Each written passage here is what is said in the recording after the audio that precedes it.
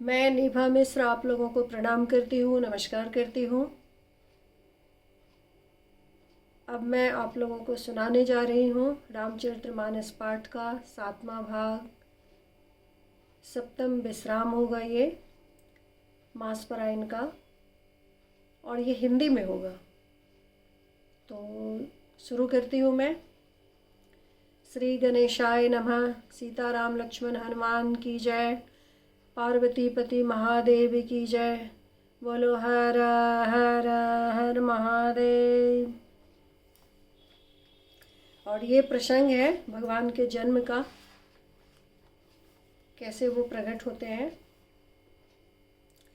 पराये धन और पराई स्त्री पर मन चलाने वाले दुष्ट, चोर और जुआरी बहुत बढ़ गए। लोग माता पिता और देवताओं को नहीं मानते थे और साधुओं की सेवा करना तो दूर रहा, उल्टे उनसे सेवा करवाते थे। श्री शिव जी कहते हैं कि हे भवानी, जिनके ऐसे आचरण हैं उन सब प्राणियों को राक्षसी समझना। इस प्रकार धर्म के प्रति लोगों की अतिशय ग्लानि, अरुचि, अनास्था देखकर पृथ्वी अत्यंत भयभीत एवं व्याकुल हो गई। वह सोचने लगी कि पर्वतों, नदियों और समुद्रों का बोझ मुझे इतना भारी नहीं जान पड़ता जितना भारी मुझे एक परद्रोही, दूसरों का अनिष्ट करने वाला लगता है। पृथ्वी सारे धर्मों को विपरीत देख रही है, पर रावण से भयभीत हुई वह कुछ बोल नहीं सकती। अंत में हृदय में सोच विचार कर गौ का रूप धारण कर धरती वहाँ गई जहाँ सब देवता और मुनि छिपे थे। पृथ्वी ने रोकर उनको अपना दुख सुनाया, पर किसी से कुछ काम न बना। तब देवता, मुनि और गंधर्व सब मिलकर ब्रह्मा जी के लोक सत्यलोक को गए। भय और शोक से अत्यंत व्याकुल बेचारी पृथ्वी भी गौ का शरीर धारण किए हुए उनके साथ थी। ब्रह्मा जी सब जान गए। उन्होंने मन में अनुमान किया कि इसमें मेरा कुछ भी बस नहीं चलने का। तब उन्होंने पृथ्वी से कहा कि जिसकी तू दासी है वही अविनाशी हमारा और तुम्हारा दोनों का सहायक है। ब्रह्मा जी ने कहा, हे धरती, मन में धीरज धारण करके श्री हरि के चरणों का स्मरण करो। प्रभु अपने दासों की पीड़ा को जानते हैं, ये तुम्हारे कठिन विपत्ति का नाश करेंगे। सब देवता बैठकर विचार करने लगे कि प्रभु को कहाँ पाएं ताकि उनके सामने पुकार करें। कोई बैकुंठपुरी जाने को कहता था और कोई कहता था कि वही प्रभु क्षीर समुद्र में निवास करते हैं। जिसके हृदय में जैसी भक्ति और प्रीति होती है, प्रभु वहाँ उसके लिए सदा उसी रीति से प्रकट होते हैं। हे पार्वती, उस समाज में मैं भी था। अवसर पाकर मैंने एक बात कही। मैं तो यह जानता हूँ कि भगवान सब जगह समान रूप से व्यापक हैं। प्रेम से वे प्रकट हो जाते हैं। देश, काल, दिशा, विदिशा में बताओ ऐसी जगह कहाँ है जहाँ प्रभु ना हो।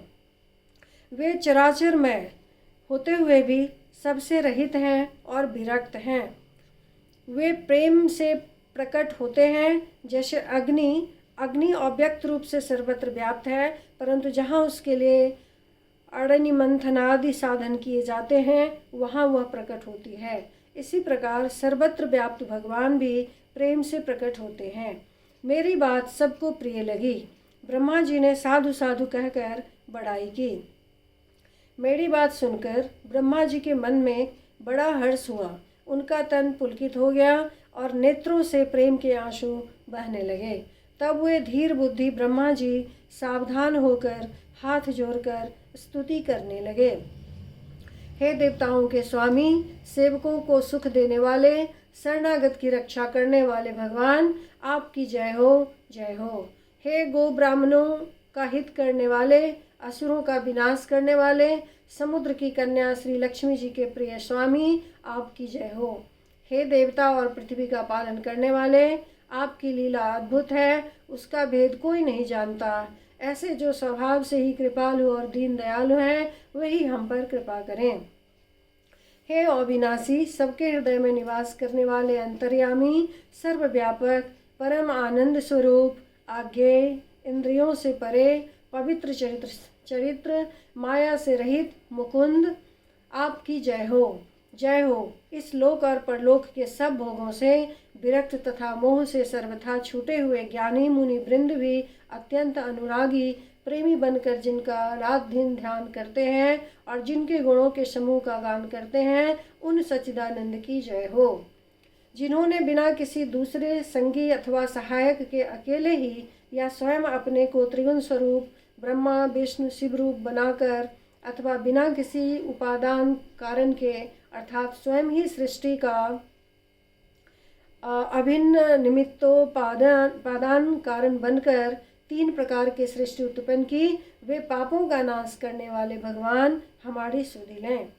हम न भक्ति जानते हैं न पूजा, जो संसार के जन्म मृत्यु के भय का नाश करने वाले, मुनियों के मन को आनंद देने वाले और विपत्तियों के समूह को नष्ट करने वाले हैं। हम सब देवताओं के समूह मन वचन और कर्म से चतुराई करने की बात छोड़कर उन भगवान की शरण आए हैं। सरस्वती, वेद, शेष जी और संपूर्ण ऋषि कोई भी जिनको नहीं जानते, जिन्हें दीन प्रिय हैं, ऐसा वेद पुकार कर कहते हैं, वे ही श्री भगवान हम पर दया करें। हे संसार रूपी समुद्र के मथने के लिए मंद्राचल स्वरूप सब प्रकार से सुंदर गुणों के धाम और सुखों की राशिनाथ, आपके चरण कमलों में मुनि सिद्ध और सारे देवता भय से अत्यंत व्याकुल होकर नमस्कार करते हैं। देवता और पृथ्वी को भयभीत जानकर उनके स्नेह युक्त वचन सुनकर शोक और संदेह को हरने वाली गंभीर आकाशवाणी हुई। हे मुनि सिद्ध और देवताओं के स्वामियों, डरो मत। तुम्हारे लिए मैं मनुष्य का रूप धारण करूंगा और उदार पवित्र सूर्यवंश में अंशों सहित मनुष्य का अवतार लूंगा।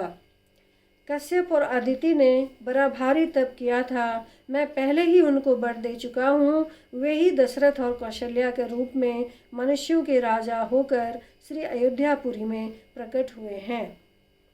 उन्हीं के घर जाकर मैं रघुकुल में श्रेष्ठ 4 भाइयों के रूप में अवतार लूँगा। नारद के सब वचन मैं सत्य करूँगा और अपनी पराशक्ति के सहित अवतार लूँगा। मैं पृथ्वी का सब भार हर लूँगा। हे देववृंद, तुम निर्भय हो जाओ। आकाश में ब्रह्मा भगवान की वाणी को कान से सुनकर देवता तुरंत लौट गए। उनका हृदय शीतल हो गया। तब ब्रह्मा जी ने पृथ्वी को समझाया, वह भी निर्भय हुई और उसके जी में भरोसा आ गया। देवताओं को यही सिखाकर कि वानरों का शरीर धर धर कर तुम लोग पृथ्वी पर जाकर भगवान के चरणों की सेवा करो, ब्रह्मा जी अपने लोक को चले गए। सब देवता अपने अपने लोक को गए। पृथ्वी सहित सबके मन को शांति मिली। ब्रह्मा जी ने जो कुछ आज्ञा दी उससे देवता बहुत प्रसन्न हुए और उन्होंने वैसा करने में देर नहीं की। पृथ्वी पर उन्होंने वानर देह धारण की। उनमें अपार बल और प्रताप था। सभी सूरवीर थे। पर्वत वृक्ष और नख ही उनके शस्त्र थे। वे धीर बुद्धि वाले वानर रूप देवता भगवान के आने की राह देखने लगे। हे वानर, पर्वतों और जंगलों में जहाँ तहाँ अपनी अपनी सुंदर सेना बनाकर भरपूर छा गए। यह सब सुंदर चरित्र मैंने कहा। अब वह चरित्र सुनो जिसे बीच ही में छोड़ दिया। अवधपुरी में रघुकुल शिरोमणि दशरथ नाम के राजा हुए, जिनका नाम वेदों में विख्यात है। वे धर्म धुरंधर, गुणों के भंडार और ज्ञानी थे। उनके हृदय में सारंग धनुष धारण करने वाले भगवान की भक्ति थी और उनकी बुद्धि भी उन्हीं में लगी रहती थी। उनकी कौशल्या आदि प्रिय रानियां सभी पवित्र आचरण वाली थीं। वे बड़ी विनीत और पति के अनुकूल चलने वाली थीं और श्रीहरि के चरण कमलों में उनका दृढ़ प्रेम था। एक बार राजा के मन में बड़ी ग्लानि हुई कि मेरे पुत्र नहीं हैं। राजा तुरंत ही गुरु के घर गए और चरणों में प्रणाम कर बहुत विनय की। राजा ने अपना सारा दुख सुख गुरु को सुनाया। गुरु वशिष्ठ जी ने उन्हें बहुत प्रकार से समझाया और कहा, धीरज धरो, तुम्हारे चार पुत्र होंगे जो तीनों लोकों में प्रसिद्ध और भक्तों के भय को हरने वाले होंगे। वशिष्ठ जी ने श्रृंगी ऋषि को बुलाया और उनसे शुभ पुत्र कामेष्ट यज्ञ कराया। मुनि के भक्ति सहित आहुतियाँ देने पर अग्निदेव हाथ में चरु हविष्यान्न खीर लिए प्रकट हुए और दशरथ से बोले, वशिष्ठ ने हृदय में जो कुछ विचारा था, तुम्हारा वह सब काम सिद्ध हो गया। हे राजन, अब तुम जाकर इस हविष्यान्न पायस को जिसको जैसा उचित हो वैसा भाग बनाकर बांट दो। तदंतर अग्निदेव सारी सभा को समझाकर अंतर्धान हो गए। राजा परमानंद में मग्न हो गए, उनके हृदय में हर्ष समाता न था। उसी समय राजा ने अपनी प्यारी पत्नियों को बुलाया। कौशल्या आदि सब रानियां वहां चली आईं। राजा ने पायस का आधा भाग कौशल्या को दिया और शेष आधे के 2 भाग किए। वह उनमें से एक भाग राजा ने कैकेयी को दिया। शेष जो बच रहा उसके फिर 2 भाग हुए और राजा ने उनको कौशल्या और कैकेयी के हाथ पर रखकर अर्थात उनकी अनुमति लेकर और इस प्रकार उनका मन प्रसन्न करके सुमित्रा को दिया। इस प्रकार सब स्त्रियां गर्भवती हुईं। वे हृदय में बहुत हर्षित हुईं। उन्हें बड़ा सुख मिला। जिस दिन से श्रीहरि लीला से ही गर्भ में आए, सब लोकों में सुख और संपत्ति छा गई। शोभा, शील और तेज की खान सब रानियां महल में सुशोभित हुईं।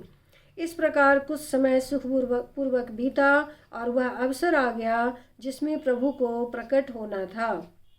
योग, लग्न, ग्रह, वार और तिथि सभी अनुकूल हो गए। जड़ और चेतन सब हर्ष से भर गए, क्योंकि श्री राम का जन्म सुख का मूल है। पवित्र चैत्र का महीना था। नवमी तिथि थी। शुक्ल पक्ष और भगवान का प्रिय अभिजीत मुहूर्त था। दोपहर का समय था। न बहुत सर्दी थी न धूप थी। वह पवित्र समय सब लोगों को शांति देने वाला था। शीतल मंद और सुगंधित पवन बह रहा था। देवता हर्षित थे और संतों के मन में चाव था। वन फूले हुए थे। पर्वतों के समूह मणियों से जगमगा रहे थे और सारी नदियां अमृत की धारा बहा रही थीं। जब ब्रह्मा जी ने वह भगवान के प्रकट होने का अवसर जाना, तब उनके समेत सारे देवता विमान सजा सजा कर चले। निर्मल आकाश देवताओं के समूह से भर गया। गंधर्वों के दल गुणों का गान करने लगे और सुंदर अंजलियों में सजा सजा कर पुष्प बरसाने लगे। आकाश में घमाघम नगारे बजने लगे। नाग, मुनि और देवता स्तुति करने लगे और बहुत प्रकार से अपनी अपनी सेवा भेंट करने लगे। देवताओं के समूह विनती करके अपने अपने लोक में जा पहुँचे। समस्त लोगों को शांति देने वाले जगदाधार प्रभु प्रकट हुए। दीनों पर दया करने वाले कौशल्या जी के हितकारी कृपाल प्रभु प्रकट हुए। मुनियों के मन को हरने वाले उनके अद्भुत रूप का विचार करके माता हर्ष से भर गईं। नेत्रों को आनंद देने वाला मेघ के समान श्याम शरीर था। चारों भुजाओं में अपने खास आयुध धारण किए हुए थे। दिव्य आभूषण और बनमाला पहने थे। बड़े बड़े नेत्र थे। इस प्रकार शोभा के समुद्र तथा खर राक्षसों को मारने वाले भगवान प्रकट हुए। दोनों हाथ जोड़कर माता कहने लगी, हे अनंत, मैं किस प्रकार तुम्हारी स्तुति करूं? वेद और पुराण तुमको माया, गुण और ज्ञान से परे और परिमाण रहित बतलाते हैं। श्रुतियाँ और संतजन दया और सुख का समुद्र, सब गुणों का धाम कहकर जिनका गान करते हैं, वही भक्तों पर प्रेम करने वाले लक्ष्मीपति भगवान मेरे कल्याण के लिए प्रकट हुए हैं। वेद कहते हैं कि तुम्हारे प्रत्येक रोम में माया के रचे हुए अनेकों ब्रह्मांडों के समूह हैं। वे तुम मेरे गर्भ में रहे। इस हंसी की बात के सुनने पर धीर विवेकी पुरुषों की बुद्धि भी स्थिर नहीं रहती है। जब माता को ज्ञान उत्पन्न हुआ तब प्रभु मुस्कुराए। वे बहुत प्रकार के चरित्र करना चाहते हैं, अतः उन्होंने पूर्व जन्म की सुंदर कथा कहकर माता को समझाया। जिससे उन्हें पुत्र का प्रेम प्राप्त हो, भगवान के प्रति पुत्र भाव हो जाए।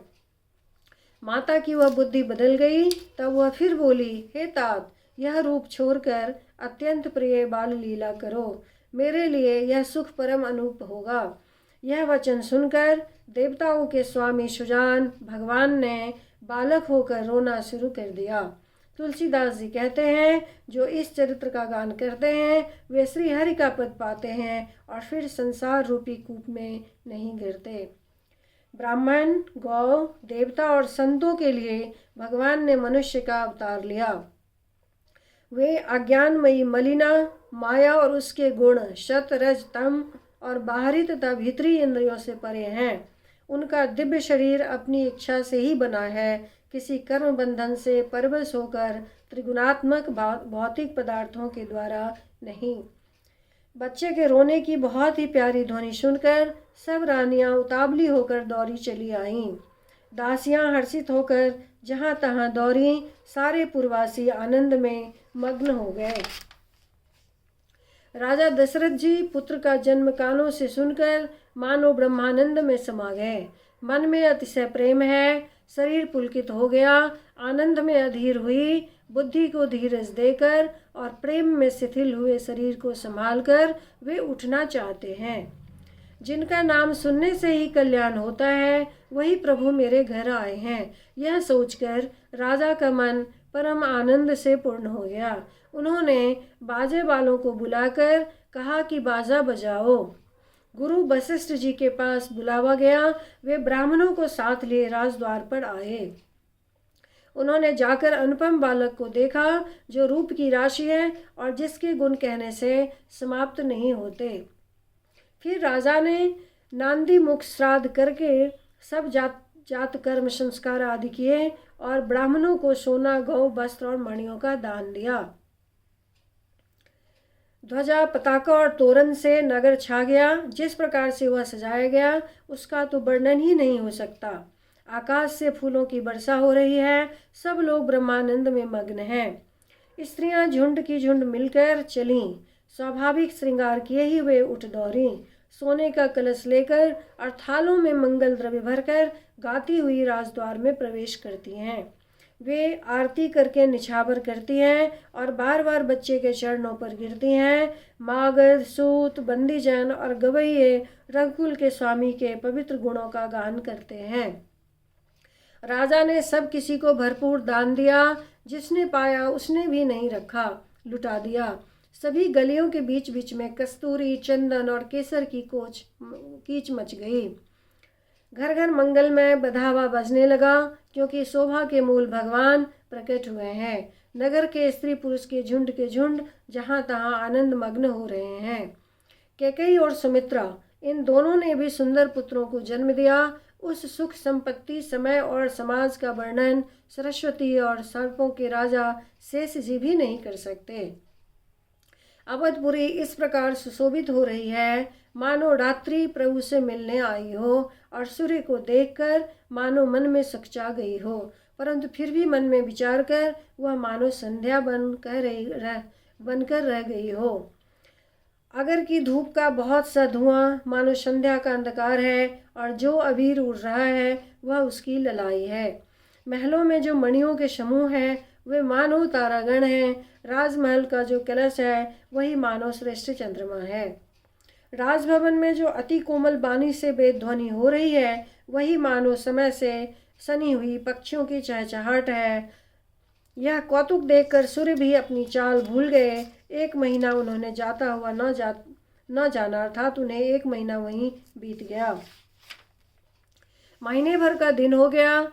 इस रहस्य को कोई नहीं जानता। सूर्य अपने रथ सहित वहीं रुक गए। फिर रात किस तरह होती यह रहस्य किसी ने नहीं जाना। सूर्यदेव भगवान श्री राम जी का गुणगान करते हुए चले। यह महोत्सव देखकर देवता, मुनि और नाग अपने भाग्य की सराहना करते हुए अपने अपने घर चले। हे पार्वती, तुम्हारी बुद्धि श्री राम जी के चरणों में बहुत दृढ़ है, इसलिए मैं और भी अपनी एक चोरी की बात कहता हूँ, सुनो। काकभुसुंडी और मैं दोनों वहाँ साथ साथ थे, परंतु मनुष्य रूप में होने के कारण हमें कोई जान न सका। परम आनंद और प्रेम के सुख में फूले हुए हम दोनों मगन मन से मस्त हुए गलियों में तन मन की सुधि भूले हुए फिरते थे, परंतु यह शुभ चरित्र वही जान सकता है जिस पर श्री राम जी की कृपा हो। उस अवसर पर जो जिस प्रकार आया और जिसके मन को जो अच्छा लगा, राजा ने उसे वही दिया। हाथी, रथ, घोड़े, सोना, गायें, हीरे और भांति भांति के वस्त्र राजा ने दिए। राजा ने सबके मन को संतुष्ट किया। इसी से सब लोग जहाँ तहाँ आशीर्वाद दे रहे थे कि तुलसीदास के स्वामी सब पुत्र यानी चारों राजकुमार चिरंजीवी हों। इस प्रकार कुछ दिन बीत गए। दिन और रात जाते हुए जान नहीं पड़ते। तब नामकरण संस्कार का समय जानकर राजा ने ज्ञानी मुनि श्री वशिष्ठ जी को बुला भेजा।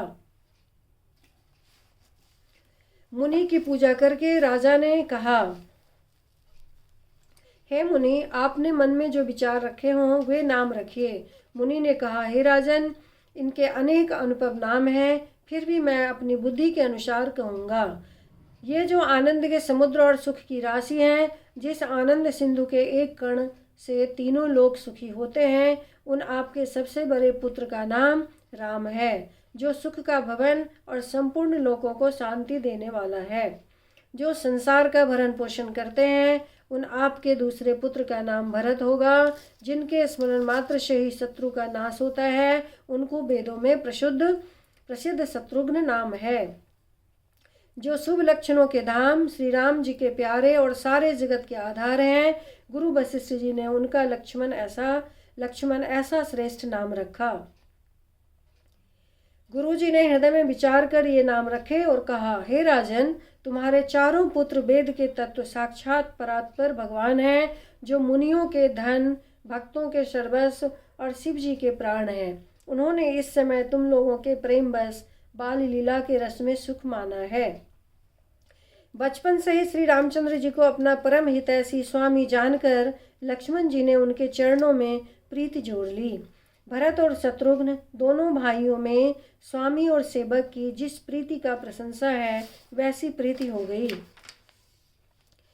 श्याम और गौर शरीर वाली दोनों सुंदर जोड़ियों की शोभा को देखकर माताएं तृण तोड़ती हैं, जिसमें दीठ न लग जाए। यो तो चारों ही पुत्रशील रूप और गुण के धाम हैं, तो भी सुख के समुद्र श्री रामचंद्र जी सबसे अधिक हैं।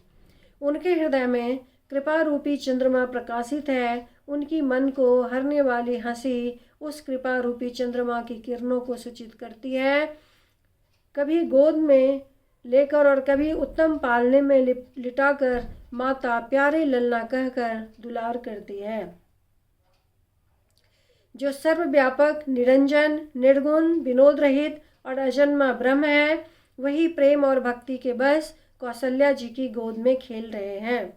उनके नील कमल और गंभीर जल से भरे हुए मेघ के समान श्याम शरीर में करोड़ों कामदेवों की शोभा है। लाल लाल चरण कमलों के नखों की शुभ्र ज्योति ऐसी मालूम होती है जैसे लाल कमल के पत्तों पर मोती स्थिर हो गए हों। चरण तलों में वज्र, ध्वजा और अंकुश के चिन्ह शोभित हैं। नुपुर की ध्वनि सुनकर मुनियों का भी मन मोहित हो जाता है। कमर में करधनी और पेट पर 3 रेखाएं हैं। नाभि की गंभीरता को तो वही जानते हैं जिन्होंने उसे देखा है। बहुत से आभूषणों से सुशोभित विशाल भुजाएं हैं। हृदय पर बाघ के नख की बहुत ही निराली छटा है। छाती पर रत्नों से युक्त मणियों के हार की शोभा और ब्राह्मण यानी भृगु के चरण चिन्हों को देखते ही मन लुभा जाता है। कंठ शंख के समान उतार चढ़ाव वाला 3 रेखाओं से सुशोभित है और ठोड़ी बहुत ही सुंदर है। मुख पर असंख्य कामदेवों की छटा छा रही है। 2-2 सुंदर दंतुलियां हैं। लाल लाल ओठ है। नासिका और तिलक के सौंदर्य का तो वर्णन ही कौन कर सकता है। सुंदर कान और बहुत ही सुंदर गाल है। मधुर तोतले शब्द बोलते बहुत ही प्यारे लगते हैं। जन्म के समय से रखे हुए चिकने और घुंघराले बाल हैं, जिनको माता ने बहुत प्रकार से बनाकर संवार दिया है। शरीर पर पीली झंगुली पहनाई हुई है, उनका घुटनों और हाथों के बल चलना मुझे बहुत ही प्यारा लगता है। उनके रूप का वर्णन वेद और शेष जी भी नहीं कर सकते। उसे वही जानता है जिसने कभी स्वप्न में भी देखा हो। जो सुख के पुंज, मोह से परे तथा ज्ञान, वाणी और इंद्रियों से अतीत हैं, वे भगवान दशरथ कौशल्या के अत्यंत प्रेम के बस होकर पवित्र बाल लीला करते हैं। इस प्रकार संपूर्ण जगत के माता पिता श्री राम जी अवधपुर के निवासियों को सुख देते हैं, जिन्होंने श्री रामचंद्र जी के चरणों में प्रीति जोड़ी है। हे भवानी, उनकी यह प्रत्यक्ष गति है कि भगवान उनके प्रेम बस बाल लीला करके उन्हें आनंद दे रहे हैं। श्री रघुनाथ जी से विमुख रहकर मनुष्य चाहे करोड़ों उपाय करे, परंतु उसका संसार बंधन कौन छुड़ा सकता है। जिसने सब चराचर जीवों को अपने बस में कर रखा है, वह माया भी प्रभु से भय खाती है। भगवान उस माया को भौं के इशारे पर नचाते हैं। ऐसे प्रभु को छोड़कर कहो और किसका भजन किया जाए। मन, वचन और कर्म से चतुराई छोड़कर भजते ही श्री रघुनाथ जी कृपा करेंगे। इस प्रकार से प्रभु श्री रामचंद्र जी ने बाल क्रीड़ा की और समस्त नगर निवासियों को सुख दिया।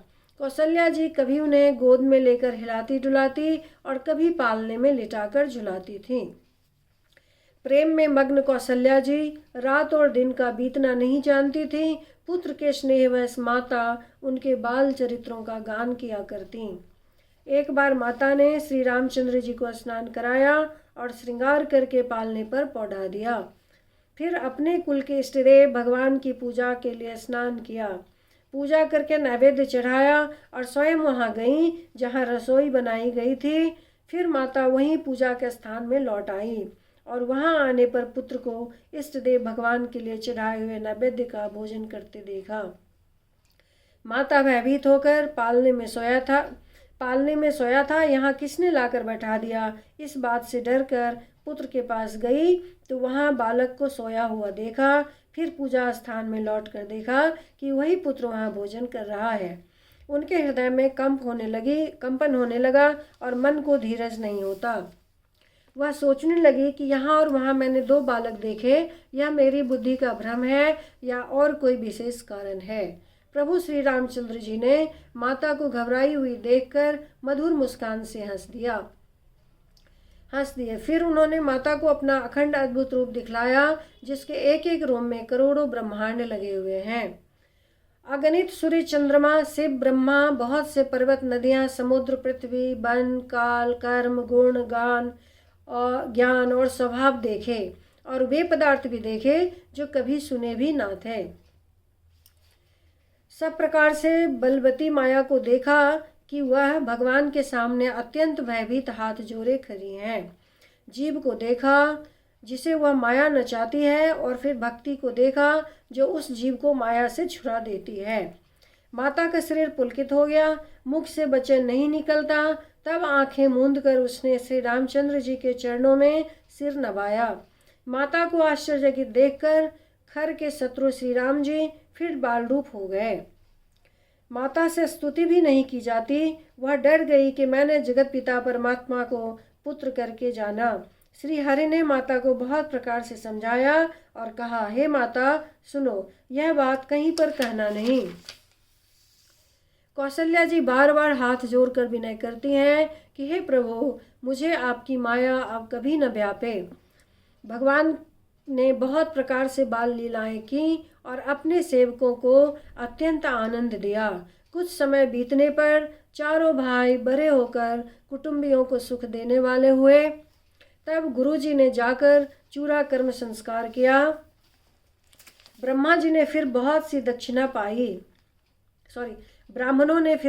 दक्षिणा पाई। चारों सुंदर राजकुमार बड़े ही मनोहर अपार चरित्र करते फिरते हैं। जो मन, वचन और कर्म से अगोचर हैं, वही प्रभु दशरथ जी के आंगन में विचर रहे हैं। भोजन करने के समय जब राजा बुलाते हैं, तब वे अपने बाल सखाओं के समाज को छोड़कर नहीं आते। कौशल्या जी जब बुलाने जाती हैं, तब प्रभु ठुमुक ठुमुक भाग चलते हैं। जिनका वेद नेति यानी इतना ही नहीं, कहकर निरूपण करते हैं और शिव जी ने जिनका अंत नहीं पाया, माता उन्हें हठपूर्वक पकड़ने के लिए दौड़ती हैं।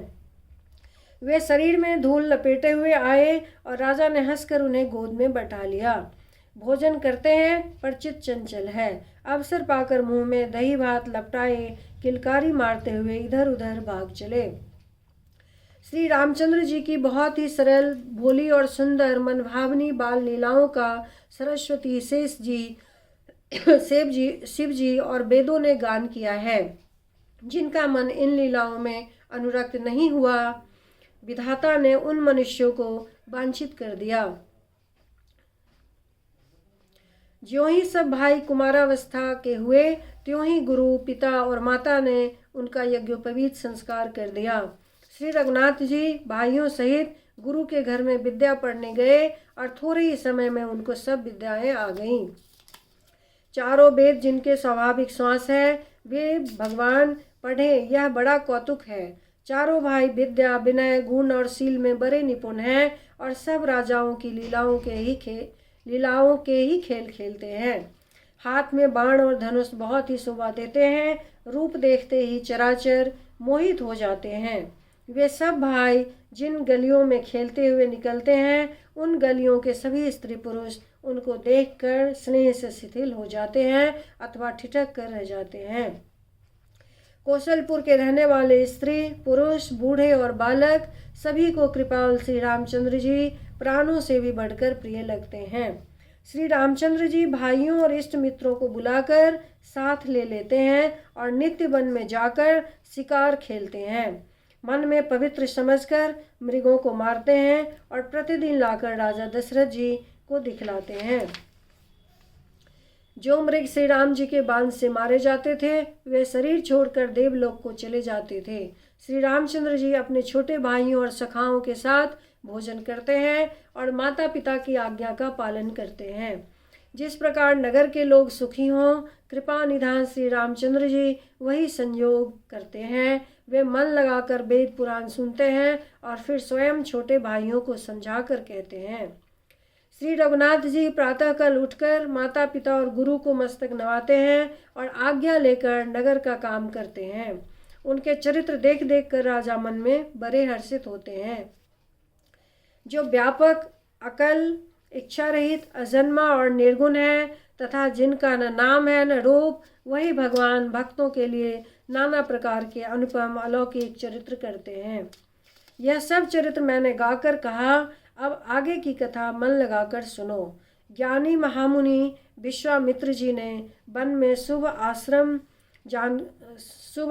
पवित्र स्थान जानकर बसते थे, जहाँ वे मुनि जप, यज्ञ और योग करते थे, परंतु मारीच और सुबाहु से बहुत डरते थे। यज्ञ देखते ही राक्षस दौड़ पड़ते थे और उपद्रव मचाते थे, जिससे मुनि बहुत दुख पाते थे। गाधी के पुत्र विश्वामित्र जी के मन में चिंता छा गई कि वे पापी राक्षस भगवान के मारे बिना न मरेंगे। तब श्रेष्ठ मुनि ने मन में विचार किया कि प्रभु ने पृथ्वी का भार हरने के लिए अवतार लिया है। इसी बहाने जाकर मैं उनके चरणों का दर्शन करूं और विनती करके दोनों भाइयों को ले आऊं। जो ज्ञान, वैराग्य और सब गुणों के धाम है, उन प्रभु को मैं नेत्र भरकर देखूंगा। बहुत प्रकार से मनोरथ करते हुए जाने में देर नहीं लगी। सरयू जी के जल में स्नान करके वे राजा के दरवाजे पर पहुँचे। राजा ने जब मुनि का आना सुना, तब वे ब्राह्मणों के समाज को साथ लेकर मिलने गए और दंडवत करके मुनि का सम्मान करते हुए उन्हें लाकर अपने आसन पर बैठाया। चरणों को धोकर बहुत पूजा की और कहा, मेरे समान धन्य आज दूसरा कोई नहीं है। फिर अनेक प्रकार के भोजन करवाए, जिससे श्रेष्ठ मुनि ने अपने हृदय में बहुत ही हर्ष प्राप्त किया। फिर राजा ने चारों पुत्रों को मुनि के चरणों पर डाल दिया, उनसे प्रणाम कराया। श्री रामचंद्र जी को देखकर मुनि अपनी देह की सुधि भूल गए। वे श्री राम जी के मुख की शोभा देखते ही ऐसे मग्न हो गए मानो चकोर पूर्ण चंद्रमा को देखकर लुभा गया हो। तब राजा ने मन में हर्षित होकर ये वचन कहे, हे मुनि, इस प्रकार कृपा तो आपने कभी नहीं की। आज किस कारण से आपका शुभागमन हुआ? कहिए, मैं उसे पूरा करने में देर नहीं लगाऊंगा।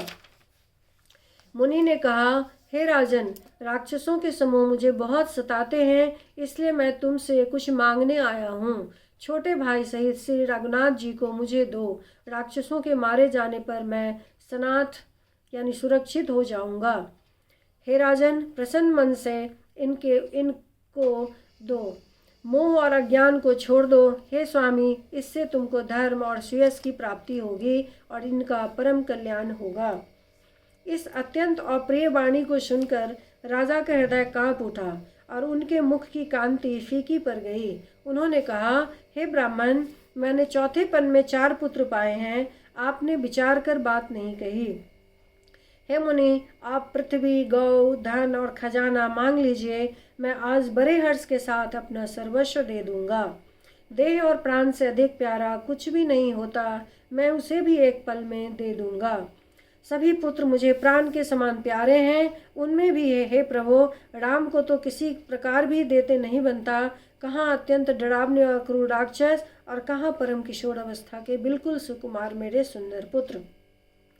प्रेम रस में सनी हुई राजा की वाणी सुनकर ज्ञानी मुनि विश्वामित्र जी ने हृदय में बड़ा हर्ष माना। तब वशिष्ठ जी ने राजा को बहुत प्रकार से समझाया, जिससे राजा का संदेह नाश को प्राप्त हुआ। राजा ने बड़े ही आदर से दोनों पुत्रों को बुलाया और हृदय से लगाकर बहुत प्रकार से उन्हें शिक्षा दी। फिर कहा, हे नाथ, ये दोनों पुत्र मेरे प्राण हैं। हे मुनि, आप ही इनके पिता हैं, दूसरा कोई नहीं। राजा ने बहुत प्रकार से आशीर्वाद देकर पुत्रों को ऋषि के हवाले कर दिया। फिर प्रभु माता के महल में गए और उनके चरणों में सिर नवाकर चले। पुरुषों में सिंहरूप दोनों भाई राम लक्ष्मण मुनि का भय हरने के लिए प्रसन्न होकर चले। वे कृपा के समुद्र, धीर बुद्धि और संपूर्ण विश्व के कारण हैं। भगवान के लाल नेत्र हैं, चौड़ी छाती और विशाल भुजाएं हैं। नील कमल और तमाल के वृक्ष की तरह श्याम शरीर है। कमर में पीताम्बर पहने और सुंदर तरकस कसे हुए हैं। दोनों हाथों में सुंदर धनुष और बाण है। श्याम और गौर वर्ण के दोनों भाई परम सुंदर हैं। विश्वामित्र जी को महान निधि प्राप्त हो गई। मैं जान गया कि प्रभु ब्रह्मान्य देव ब्राह्मणों के भक्त हैं। मेरे लिए भगवान ने अपने पिता को भी छोड़ दिया। मार्ग में चले जाते हुए मुनि ने तारका को दिखलाया। शब्द सुनते ही वह क्रोध करके दौड़ी। श्री राम जी ने एक ही बाण से उसके प्राण हर लिए और दीन जानकर उसको निज पर अपना दिव्य स्वरूप दिया। तब ऋषि विश्वामित्र ने प्रभु को मन में विद्या का भंडार समझते हुए भी लीला को पूर्ण करने के लिए ऐसी विद्या दी जिससे भूख प्यास न लगे और शरीर में अतुलित बल का तेज प्रकाश हो। सब अस्त्र शस्त्र समर्पण करके मुनि प्रभु श्री राम जी को अपने आश्रम में ले आए और उन्हें परम हित जानकर भक्तिपूर्वक कंद मूल और फल का भोजन कराया। सवेरे श्री रघुनाथ जी ने मुनि से कहा, आप जाकर निडर होकर यज्ञ कीजिए। यह सुनकर सब मुनि हवन करने लगे और आप श्री राम जी यज्ञ की रखवाली पर रहे। यह समाचार सुनकर मुनियों का शत्रु क्रोधी राक्षस मारीच अपने सहायकों को लेकर दौड़ा। श्री राम जी ने बिना फल वाला बाण उसको मारा, जिससे वह 100 योजन के विस्तार वाले समुद्र के पार जा गिरा। फिर सुबाहु को अग्निबाण मारा। इधर छोटे भाई लक्ष्मण जी ने राक्षसों की सेना का संहार कर डाला। इस प्रकार श्री राम जी ने राक्षसों को मारकर ब्राह्मणों को निर्भय कर दिया। तब सारे देवता और मुनि स्तुति करने लगे। श्री रघुनाथ जी ने वहाँ कुछ दिन और रहकर ब्राह्मणों पर दया की। भक्ति के कारण ब्राह्मणों ने उन्हें पुराणों की बहुत सी कथाएं कहीं, यद्यपि प्रभु सब जानते थे। तदंतर मुनि ने आदर पूर्वक समझा कर कहा, हे प्रभु, चलकर एक चरित्र देखिए। रघुकुल के स्वामी श्री रामचंद्र जी धनुष यज्ञ की बात सुनकर मुनि श्रेष्ठ विश्वामित्र के साथ प्रसन्न होकर चले। मार्ग में एक आश्रम दिखाई पड़ा। वहाँ पशु पक्षी कोई भी जीव जंतु नहीं था। पत्थर की एक शिला को देखकर प्रभु ने पूछा। तब मुनि ने विस्तार पूर्वक सब कथा कही। गौतम मुनि की स्त्री अहल्या सापवश पत्थर की देह धारण किए बड़े धीरज से आपके चरण कमलों की धूलि चाहती है। हे रघुवीर, इस पर कृपा कीजिए। श्री राम जी के पवित्र और शोक को नाश करने वाले चरणों का स्पर्श पाते ही सचमुच वह तपोमूर्ति अहल्या प्रकट हो गई। भक्तों को सुख देने वाले श्री रघुनाथ जी को देखकर वह हाथ जोड़कर सामने खड़ी रह गई। अत्यंत प्रेम के कारण वह अधीर हो गई। उसका शरीर पुलकित हो उठा, मुख से वचन कहने में नहीं आते थे। वह अत्यंत बरभाग्नि अहल्या प्रभु के चरणों से लिपट गई और उसके दोनों नेत्रों से जल, प्रेम और आनंद के आंसुओं की धारा बहने लगी।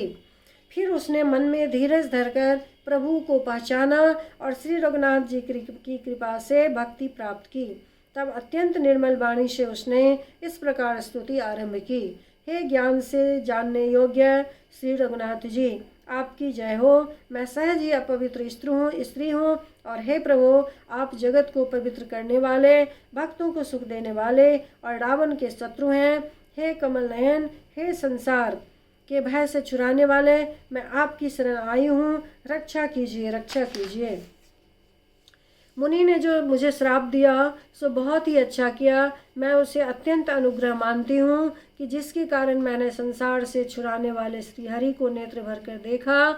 इसी आपके दर्शन को शंकर जी सबसे बड़ा लाभ समझते हैं।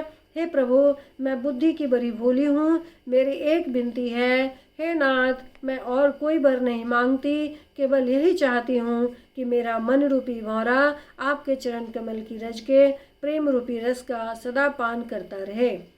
जिन चरणों से परम पवित्र देव नदी गंगा जी प्रकट हुई, जिन्हें शिव जी ने सिर पर धारण किया और जिन चरण कमलों को ब्रह्मा जी पूजते हैं, कृपालु हरि ने उन्हीं को मेरे सिर पर रखा। इस प्रकार स्तुति करती हुई बार बार भगवान के चरणों में गिरकर जो मन को बहुत ही अच्छा लगा, उस वर को पाकर गौतम की स्त्री अहल्या आनंद में भरी हुई पतिलोक को चली गई। प्रभु श्री रामचंद्र जी ऐसे दीन बंधु और बिना ही कारण दया करने वाले हैं। तुलसीदास जी कहते हैं, हे सठ, अपने मन को तू कपट जंजाल छोड़कर उन्हीं का भजन कर। बोलो श्री रामचंद्र जी की जय।